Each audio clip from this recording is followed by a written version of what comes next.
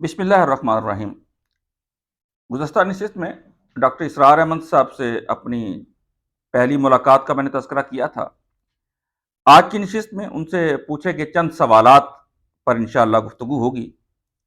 Doctor اسرار احمد صاحب ایک نابغہ شخصیت تھے، بلا شبہ ایک جینیس تھے، اور کہا جا سکتا ہے کہ وہ دور جدید کے فاتح تھے۔ فاتح سے مراد فتح کرنے والے نہیں، کھولنے والے۔ الیکٹرانک میڈیا، سوشل میڈیا اور علماء کو اس شعبے کے اندر داخل ہونے کا راستہ دکھانا، اس حوالے سے وہ یقیناً پائنیئر تھے۔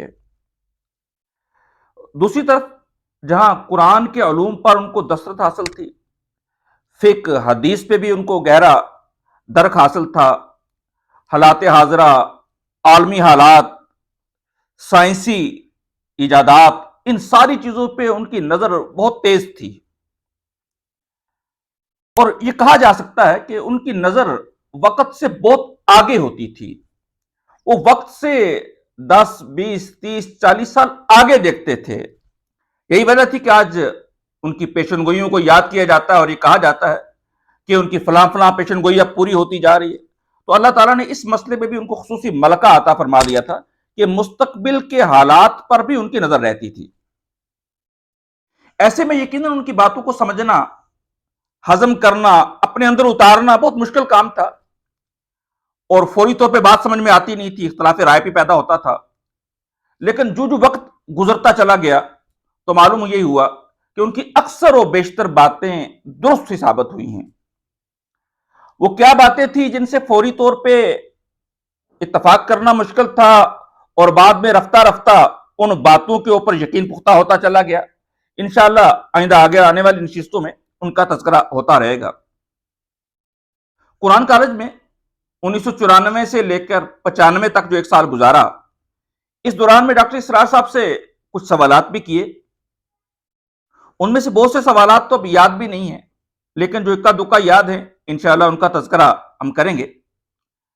ایک سوال جو بالکل واضح طور پر مجھے یاد ہے کہ میں نے ان سے پوچھا کہ ڈاکٹر صاحب آپ نے جماعت اسلامی پہ بہت تنقیدیں کی ہیں، مولانا مودودی پہ بھی تنقید کی ہے، ان کے سیاسی افکار پہ بھی تنقید کی ہے۔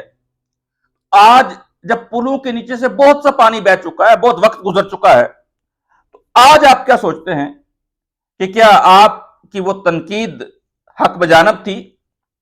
ڈاکٹر صاحب نے بڑا دلچسپ جواب دیا۔ انہوں نے کہا کہ میں اپنے لفظ پر، ایک ایک لفظ پر قائم ہوں، باقی وہ ٹھیک تھا یا درست تھا یا غلط تھا، اس کا فیصلہ آپ خود کریں۔ آپ سوچیں کہ میں نے ٹھیک کہا تھا یا غلط کہا تھا، باقی میں اپنے ایک ایک لفظ پر آج بھی قائم ہوں۔ اسی طرح ڈاکٹر اسرار صاحب ایک دفعہ اپنے دورے پہ مظفر آباد تشریف لائے، تو وہاں بھی ان سے ملاقات بھی ہوئی اور سوال جواب کی نشست بھی ہوئی۔ تو ایک سوال میں نے ان سے یہ کیا کہ پاکستان کے حالات تو ایک خلافت کے قیام کے لیے سازگار نظر نہیں آ رہے، تو کیا آزاد کشمیر کو ایک اسلامی خلافت بنانے کے لیے جدوجہد کی جانی چاہیے؟ ان کا جواب اس وقت تو بڑا کڑوا لگا، اچھا نہیں لگا۔ ڈاکٹر صاحب کہنے لگے کہ یہ خیال بالکل حماقت ہے۔ مجھے سمجھ نہیں آئی کہ ڈاکٹر صاحب نے اتنی سختی جو تھی وہ کیوں کی، لیکن آج حالات یہ بتا رہے ہیں کہ آزاد کشمیر کی کوئی خاص حیثیت پاکستان کے مقابلے میں نہیں ہے، بلکہ یہاں پہ تو لوگوں کی اپنی مرضی بھی عام طور پہ نہیں چل پا رہی ہے۔ تو ایسے میں یہاں پہ اس بات کو سوچنا کہ یہاں پہ کوئی اسلامی خلافت بنے گی تو یقیناً یہ ناممکنات میں سے تھا۔ اسی طرح آج کل میں میرپور آزاد کشمیر میں مقیم ہوں۔ ڈاکٹر صاحب نے یہاں پہ میری موجودگی میں 2 دورے یہاں پہ کیے۔ ان میں سے ایک دورے کے اندر جب وہ گیسٹ ہاؤس کے اندر قیام پذیر تھے، رات کو انہوں نے جلسے سے خطاب کیا، رات ایک گیسٹ ہاؤس میں گزاری۔ ہم صبح فجر کی نماز کے بعد ان کے پاس گئے تو بیڈ پہ لیٹے ہوئے تھے وہ، اور غالباً اگر مجھے صحیح طرح یاد آ رہا تو انہوں نے بنیان پہنی ہوئی تھی، اور میں نے ان سے پوچھا کہ میں آپ کی یہ 35 والی سائڈ پہ بیٹھ جاؤں؟ تو انہوں نے کہا ہاں بیٹھ جائیں۔ وہاں بیٹھ گئے اور پھر ہم نے ان سے کچھ سوالات پوچھے۔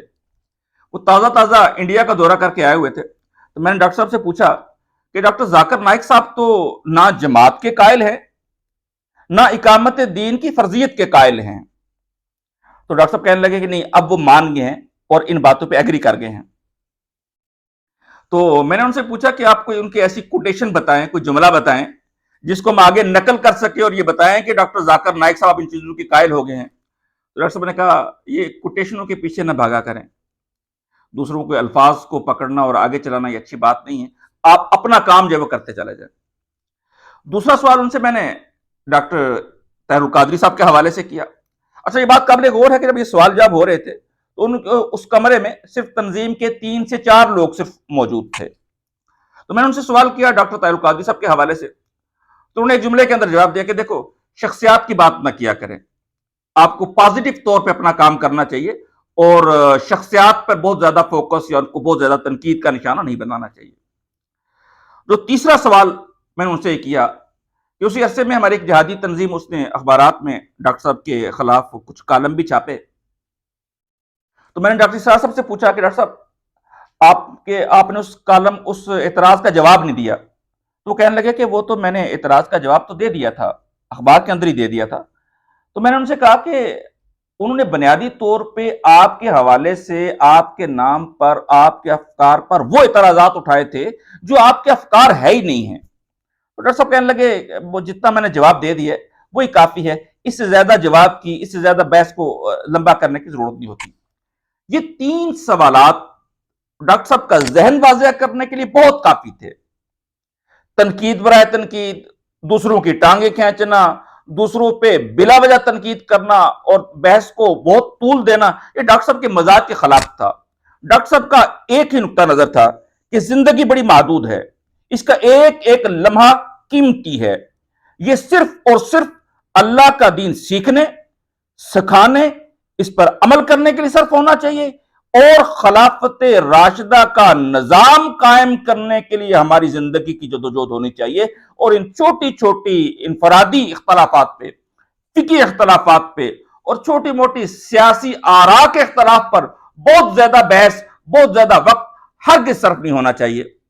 اللہ تعالیٰ ان کے جو افکار تھے ان کے اوپر ہمیں عمل پیرا ہونے کی توفیق نصیب فرمائے اور اپنے وقت کا اکثر حصہ دین کو سمجھنے، سمجھانے اور غلبہ دین کے لیے لگانے کی توفیق نصیب فرمائے.